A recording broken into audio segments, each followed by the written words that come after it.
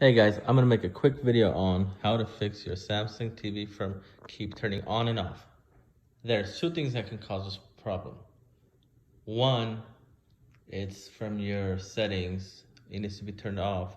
It's called AnyNet Plus, something like that. I think Samsung calls it.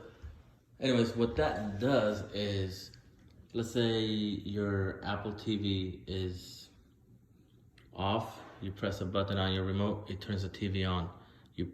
You put your Apple TV to sleep, it turns the TV off. Sometimes that causes it, but mine wasn't the case.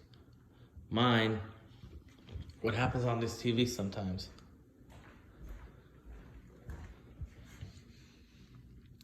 I took this back cover off, and the connection, the wire plug that connects to this whole piece over here, for this whole thing, that was a little loose.